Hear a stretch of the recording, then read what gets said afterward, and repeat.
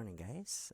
So yesterday we had a look at a few different collisions. We found that through the lesson, basically, it was the same physics. The P in actually has equal to P out. Momentum is a conserved quantity. It can be transferred between objects, but the total amount actually has to stay the same. We introduced one quick formula here from energy, the moving energy type, which was this half mv squared. We saw some examples where the moving energy coming into the collision here was not all still as moving energy afterwards. And today I basically want to just flesh that out a little bit here. How does energy conservation actually come into play, and what would it actually look like for a collision to actually conserve kinetic energy? So we're going to do this lesson here on elastic here. Let's imagine I'm going to start off with a box. And let's say in this box here contains my entire universe, right? So definitely not to scale, right? So as an entire universe here, it's right. Energy is a conserved quantity. So when I have energy conservation here, if I just sort of mark off this entire box here, basically all the energy inside my universe here has to stay the same. So when we have energy conservation, we're going to revisit this concept in the next chapter. But we have energy conservation. Essentially, the idea here is energy, just like momentum. Energy cannot be created or destroyed, but can be transferred. It can be moved between objects. And in fact, energy has actually one other feature here is energy can actually be transformed. It can actually turn from the moving type to the stored type, the stored type to the chemical type, or the heat type, or the sound type. It can be transformed between objects. Physicists have found that since the Big Bang here, the universe has been expanding, and it's actually accelerating, it's always naturally getting bigger. So while the universe itself may not always be this size of a container, maybe the box itself is actually stretching out. Basically, we have this law that energy is conserved. Whatever amount of energy we have inside this box here, that number is not allowed to change anymore. Energy conservation, as I've labeled here, applies to only the universe. Now, usually when we do an experiment, we don't study all the universe at once. What we do is we decide to set apart a part of the system. We're going to call this a system. Again, totally not to scale here, but this system is the part that we decide to study. This is the part that's of interest to us. So maybe this is the collision. What's around the collision here is maybe the spectators, maybe the buildings around. All those ones here we don't directly care about. So we're going to call those ones there the surroundings. And basically what we're going to see in this here is because the system, the collision, is going to be different from one experiment to the other experiment here. It's totally an arbitrary boundary that we're sort of setting here. It's totally possible that energy might be passed between, let's say, system and surroundings. In that case there, let's say system pays the surroundings $5. The surroundings goes up by 5, the system goes down by 5. We don't worry, oh, how come in the collision here, how come I'm losing energy? Doesn't that disobey the energy conservation? As long as those same $5 were picked up by the surroundings, overall in the universe, energy is still conserved. So just sort of comparing to yesterday's lesson here, the system for us here would be sort of like the collision. Right, the collision started off, we had a before, and then we have an after.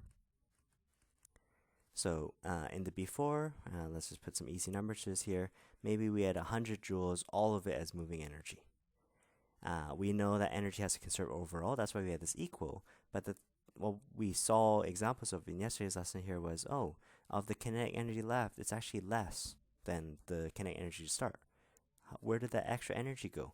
Well, that extra energy here could have been lost to heat, could have been lost to light, could have been lost to sound, whole host of it, many different energies. If I added up all those amounts, yes, it should amount to still be 100, but at least the moving type is actually different.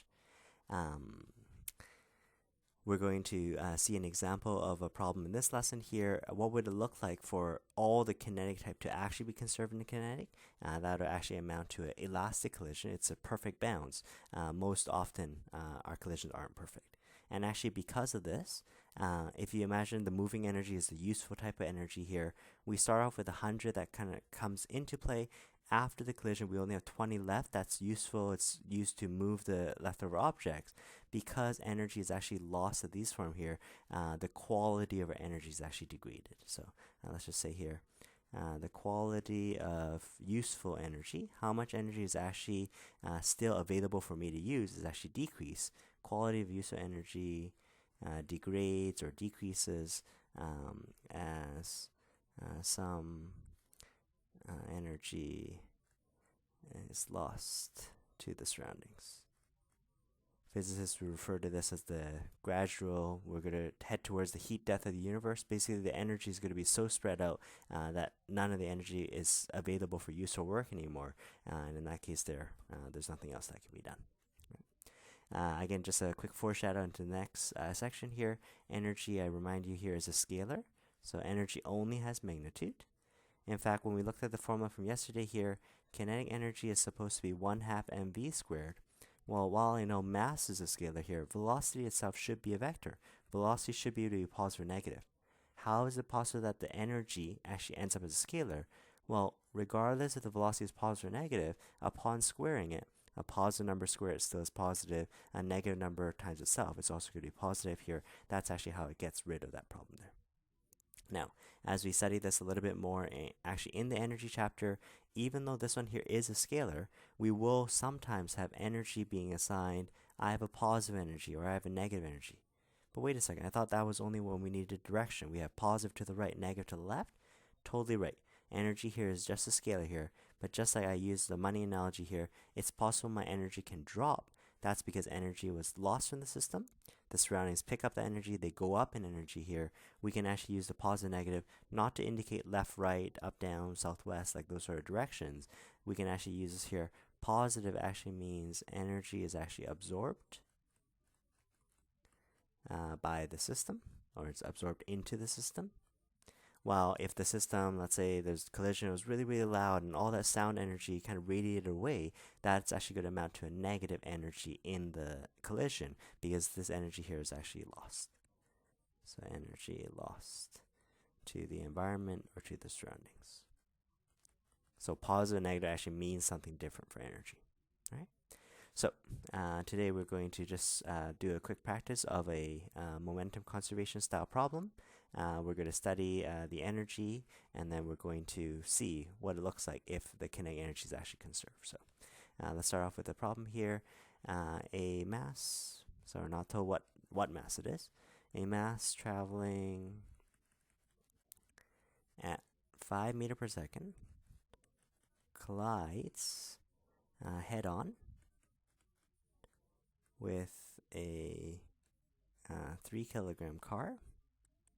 Usually I just like defining different objects so you know which is which. The first object I'm calling a mass, the other object I'm calling a car.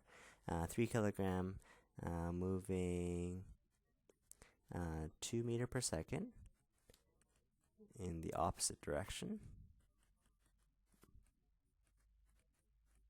So that's what we mean by head-on. Let me just draw you a picture of this one here. So we have a mass, let's just call it M because I don't know what it is. It's traveling at 5 meters per second. Good, that's your SI units. It's going to collide with something 3 kilogram. Right, so I know the mass of the car. It's traveling 2 meters per second, but because of this opposite direction, I'm going to actually, not just in the direction, just draw the arrow to the left. I'm going to add that negative because that negative actually means to the left. Again, what I need to be told is something of the after. Yesterday we saw the collision. It could be the first object comes to a stop. It could be they stick together. It could be they actually bounce off. In this case here, let's go back to that sort of middle analogy here. Let's deal with the inelastic collision. And inelastic here, we're going to see in a second here, it's actually lying on a spectrum, but inelastic here, let's go perfectly inelastic is the case when things stick together. So let's imagine these two things here actually collide. We have an M of unknown mass multiplied by 3 kilogram here. And what I'm told here is this one here continues forward. Not only did it stick together, it continued forward at 2 meters per second.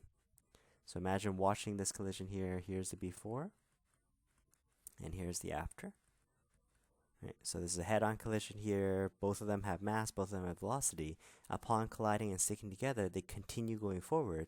Again, our brains are naturally used to doing conservation momentum. Well, if we continue going to the right, it's probably that this mass here is much heavier. Sure, it's traveling a little bit faster, but because they actually carry more momentum going forwards, they can actually cancel out the car's momentum going in reverse, and that's why they end up sliding off, albeit a little bit slower because they're actually now a combined mass together. Again, the physics, I would just want to emphasize, is fairly simple. The physics is just going to be P in is equal to P out. For every object that I have, I'm going to have an m times v term. So let's imagine I have an m1 v1 for the mass. I have an m2 v2 for the car. This does always have to equal. For momentum conservation, unlike energy conservation, which only applies to the entire box, momentum conservation actually applies to just the system. So it's like whatever energy is just in the system, that momentum can't change, it can't convert forms, it can't be lost after the collision. So after the collision, we become one mass, so m1 plus m2, and then we're going to end up having some v final. So let's just punch our way through here. I have m multiplied by 5 plus our 3 kilogram. Don't forget to do the negative 2. Right.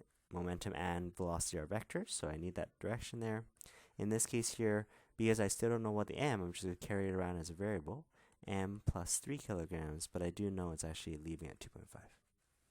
So this is good. I still have one equation, one unknown, although I need to clean up the math a little bit. M times 5 is going to be 5m. 3 times negative 2 is going to be a negative 6. I'm going to write it that way. In this case here, unfortunately, the m is stuck in a binomial. What I'm going to do here is I'm actually going to distribute the 2.5 in. I'm going to get the m term separate. So 2.5m multiplied by 3 times 2.5 gives me here 7.5. Let's collect out all the m terms to one side. So let's minus 2.5m on both sides. So I'm left with 2.5m. I have a minus 6 here. I'm going to add it over. So it has to equal to 13.5. What m does it need to be so that momentum can be conserved? Remember, that's how I set up the problem. 13.5 divided by 2.5 gives me here 5.4. Right? And if you just sort of compare the numbers here, we had sort of predicted, yeah, it's probably going to be a heavier mass. It's also traveling faster, so that overall they can continue in the forward direction. That was sort of analyzing in terms of momentum. We already found what the unknown is, and in this case here, we've dealt with the momentum. Let's deal with the energy, specifically the kinetic energy type. So what we're going to do is we're going to have a half m1 v1 squared for the mass plus half m2 v2 squared for the car. I'm not going to set them equal because this is just talking about the kinetic type. Let's just compare numerically here. Are they equal or they're not equal? 1 half m1 plus m2, that's the total mass with the v final squared.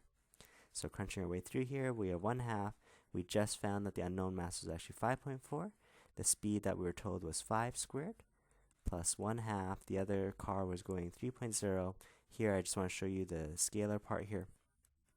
Because velocity itself is a vector, it's okay for you to put in a negative 2, but upon squaring it, both positive 2 squared or negative 2 squared will give you a 4 either way, and that's actually what gets rid of the direction for us here.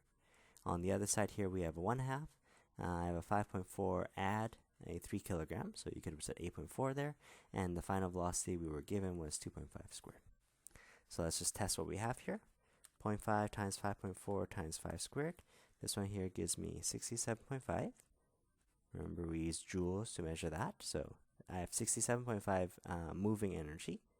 The other object this time was actually moving, so 0.5 times 3 times 2 squared. This one also brings 6 joules of energy. You'll notice the directions are totally different. This one here was actually forwards. This one here was actually backwards. The nice thing about scalars, because they don't care direction, they just say, well, you had 67.5 and you have 6. Let's just add these two together. In total, you have 73.5 joules of moving energy. This is KE initial. What about at the end? What if I did 0.5 times the 8.4 times 2.5 squared? How much of it still is left as kinetic energy? We actually found that this one here is only, give or take, about 26 joules. Again, we're specifically looking just at the system, just at the collision. In terms of the kinetic type, we had 73 coming into it. What's left over as a kinetic type here is actually just 26.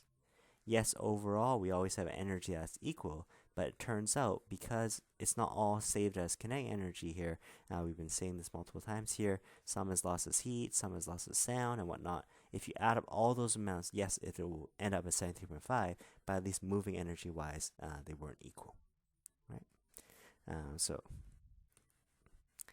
Again, you can say, why is this one here less? So the system lost energy to the surroundings. Right. Overall energy is still conserved, right? If I even add up the bits that the surroundings pick up, it's still the same, but at least moving energy wise here is not the same. All right. We're going to follow this question up here. We already used the term here in being told in the collision. We were told here our collision was inelastic. Inelastic is actually on this side of the spectrum here. You can have 100% inelastic, or you can say 0% elastic if you want.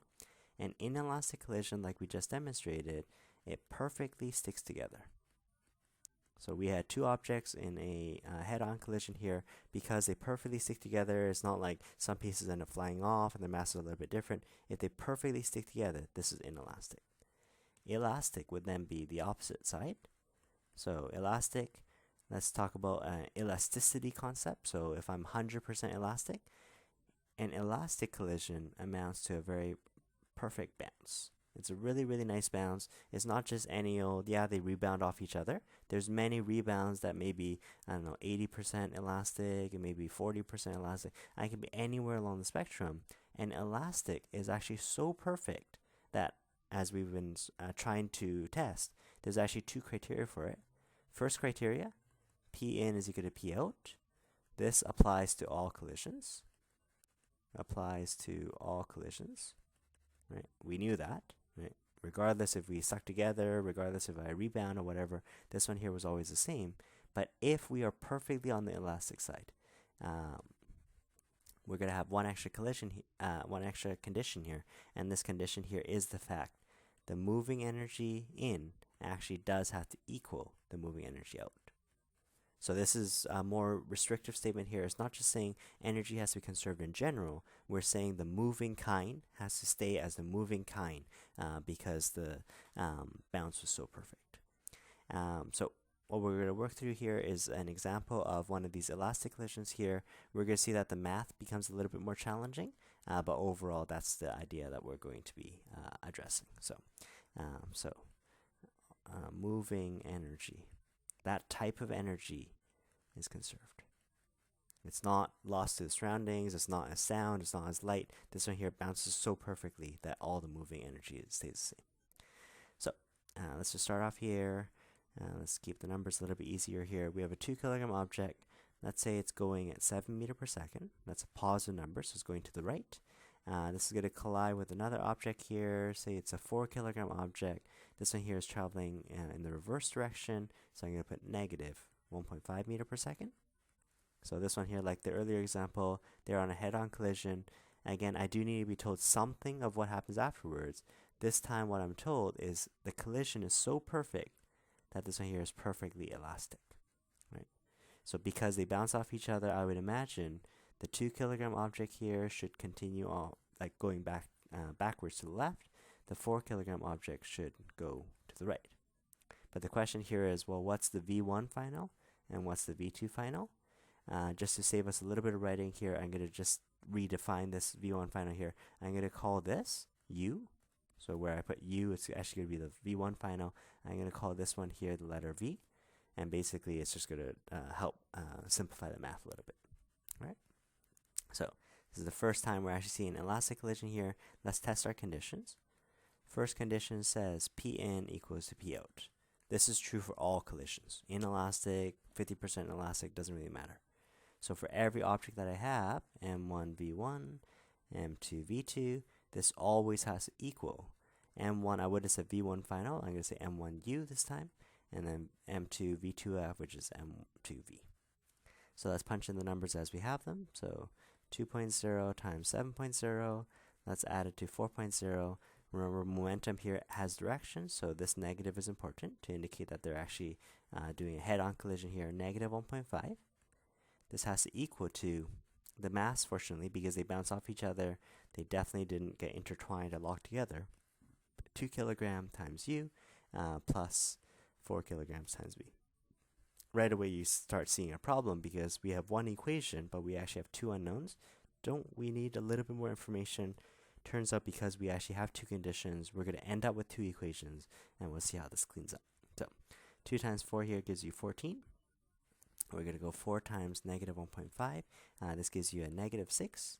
So the first object here had 14 tendency to go forward. The second object has a -6. In total, they bring an 8 tendency to go forwards. And 8 has to equal to 2u plus 4v. Again, we already said I can't solve it because there's two unknowns here. In this case here, I'm even going to make it a little bit simpler. Because both of these are even numbers here, I might imagine, let's divide both sides by 2. Right? And in that case there, 8 divided by 2 is going to be 4. If I divided both of these terms by 2, I would just get u plus 2v. So just slightly smaller. You can't do that in every question, but it just cleans the terms up a little bit nicer. But at this point here, we get stuck because we have two variables here. I can have any number of options for u and v. I need another condition to give me another equation. And here's where the elastic condition actually helps you. Because we were told the condition is elastic, we actually have a situation where the kinetic, the moving energy type initial does actually have to equal to the kinetic energy type final. We've been seeing multiple questions on our worksheet and in our lessons here where the moving energy was not conserved. It got lost to surroundings, lost as heat, lost as light, and whatnot. But this time it actually is conserved because we are under the assumption of an elastic collision. So with that, let's have a look here. So I have a 1/2 m1 v1 squared plus a 1/2 m2 v2 squared. This is going to equal, so this one definitely equal, 1/2 m1, I would have said v1, so I'm just going to say u squared plus 1/2 m2 v squared. Now to be sure to actually calculate the kinetic energy, I actually do need to scale in this half, but because there is an equality here, I can imagine taking all the halves and multiplying both sides by 2. Right, we're going to eventually solve for what the u and the v is ending up going to be. So let's plug our way through here. The mass here is a 2 kilogram. We were at 7 meter per second.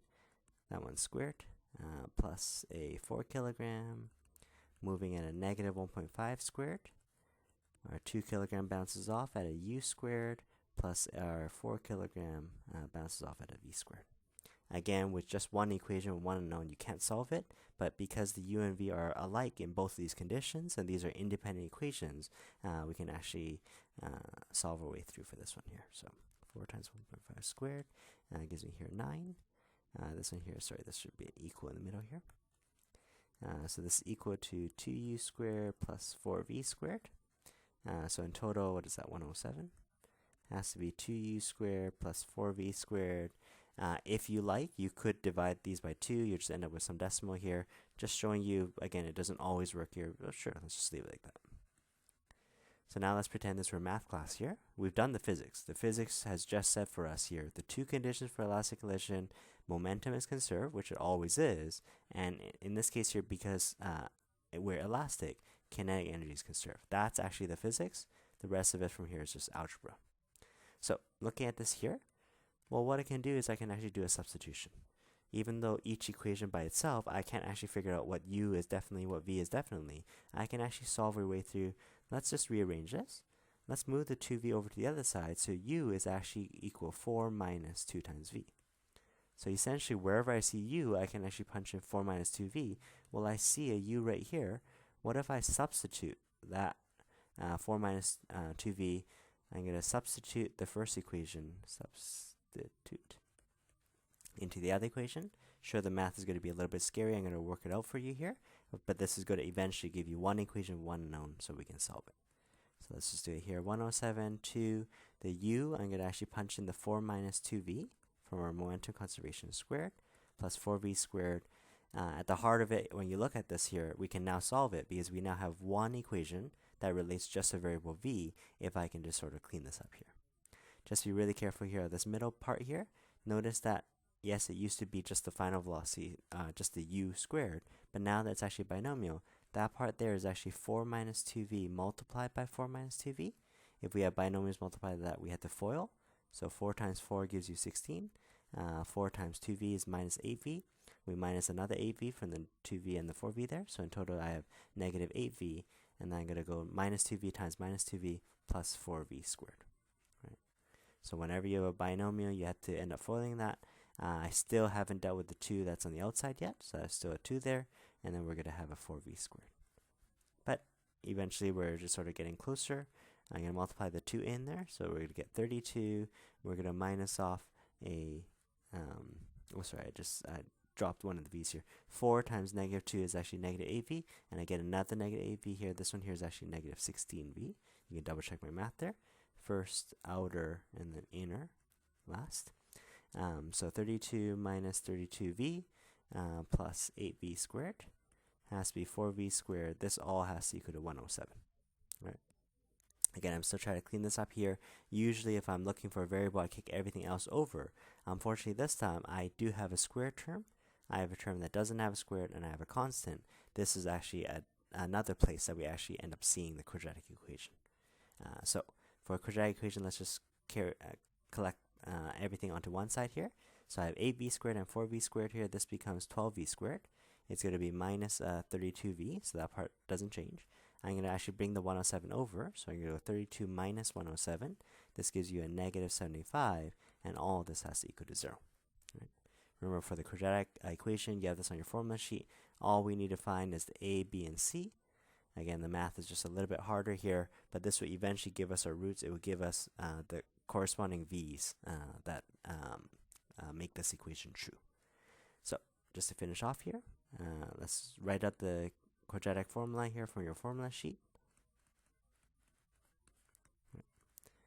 I'm going to punch our way through here. So negative of a negative 32 plus or minus. Again, careful how you type this part here in your calculator. So negative 32 in brackets all squared. This should end up as a positive. If in your calculator you just type negative 32 squared like that without brackets, your calculator will do the 32 squared, get a positive number, and then add a negative afterwards, which is not what you want. So make sure the brackets go on the outside. Minus 4 times 12 times negative 75 all over 2 times a, which is 2 times 12. Right.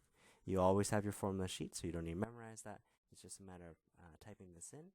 Hopefully you've gotten some more practice with this when we did our intro to the course, so we know how to deal with this. Let's just type in what's underneath the square bracket here. So 32 squared minus 4 times 12 times the negative 75. Underneath the square bracket, I'm getting 4624. I still need to take the root of that number here. That ends up nicely as a 68 all over 24 here. At this point here, I need to take the positive root and the negative root. So once I take the positive, v could be 32 plus 68 all over 24, or the other root is 32 minus 68 all over 24 here. 32 plus 68, 100 minus 24. This one here gives you 4.2 meter per second, or 32 minus 68 divided by 24. This gives you here negative 1.5. Let's just recap here. Well, we have our velocity. This is just v so far. V was the placeholder that I put in. V is this second object's leaving speed. How come it's possible that there's actually two options? In fact, if you'll notice with me here, we're dealing with a perfect bounce here. When I say this v here, my roots were v could either be 4.2 or negative 1.5. The v initially was actually negative 1.5 at the beginning, right? So for kinetic energy to be conserved, well, if I haven't collided yet, of course my kinetic energy is conserved. Of course the moving energy is still the same. I'm actually interested in the other root. So the negative 1.5 here, negative 1.5 would be akin to same as before collision. The 4.2 is the other possible option here. This one here is after collision, assuming it actually is elastic, as we saw the way through. Now this only gives you one of the two velocities. No problem though, because we had our expression here. Once you find out what v is, you can just go 4 minus 2 times v, and that gives you the u. So let's just try it here. U is equal to 4 minus 2v. So I had two possible options for v. So let's just match up here, just verify, make sure it's what we expect here. 4 minus 2 times 4.2. So this gives you here a negative 4.4.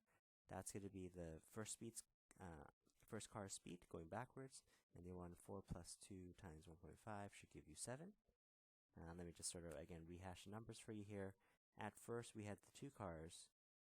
The two cars were actually going 7 and negative 1.5. That's actually this combination. So that was the before the collision. and I sort of said, oh, when is momentum conserved? When is kinetic energy conserved? Well, if they haven't collided, of course kinetic energy is conserved. But now what I have is a new set of answers here. Remember, as they bounce off each other, I expect the bounces so perfect that the first car with the U actually leaves with a negative 4.4. That means actually backwards. That means it's rebounded off. And the other side here is a positive 4.2. Only for this exact collision with exactly these numbers would the kinetic energy before actually be the kinetic energy afterwards. So if you think back to all the collisions we've done yesterday on your worksheets here, so many times kinetic got turned into sound energy, light energy, heat energy, whatever. In this case here, the only time it was actually conserved was for this exact combination of velocities. So again, I just want to emphasize there, yes, the math was actually a little bit harder, but because we are on the perfectly elastic condition, we actually have these two criteria. Of course, the collision can be 50% inelastic, 50% elastic. Basically, anything that's not perfectly elastic would not have kinetic energy conserved. Right? Momentum conservation here still applies, so make sure you do note P in equals P. Right? So I think on your worksheet you have maybe 1 or 2 elastic questions for you to practice. The math is a little bit harder, but it's the same sort of math. You need to isolate for one variable and just substitute your way through. If you have any questions, just let me know. Thanks, guys.